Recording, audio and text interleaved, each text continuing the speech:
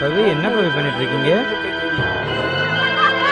என்ன பவி, உனக்காக எனக்காக வெயிட் பண்ணிட்டு இருந்தா இங்க வந்து. சரி பாய். ஓகே, வந்த கெஸ்ட்ல ஒருத்தருக்கு என்ன மேல பட்டுச்சு தெரியாம இடம் சரியில்லை, கிளம்பிட வேண்டியதான். அது பெண்ட் ஆயிக்கும். ஓகே ஓகே, அதுல இது நான் ஹோல்ஸ் தானே போடுவேன், அதெல்லாம் இது தெரியாது, காதல் தானே.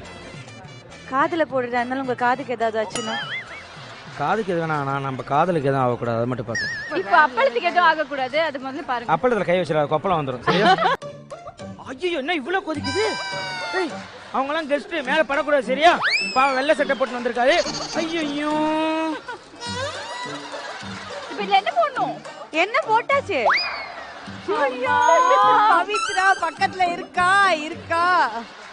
ஐயோ, அப்பளமே சாப்பிட்டாக்கா கொப்பளமே.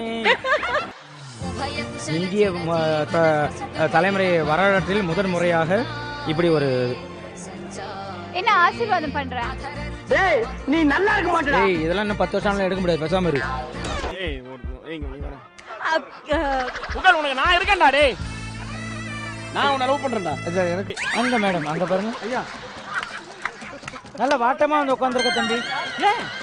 ஏன்பா இந்த பொண்ணுங்கெல்லாம் காலு கீழே போற கற்பம் வச்சு மெரிச்சிடறாங்க, கை கேட்ட முடியாத பட்டாம்பூச்சிக்கு தான் ஆசைப்படுறாங்க. ஐயோ, பாரு வா.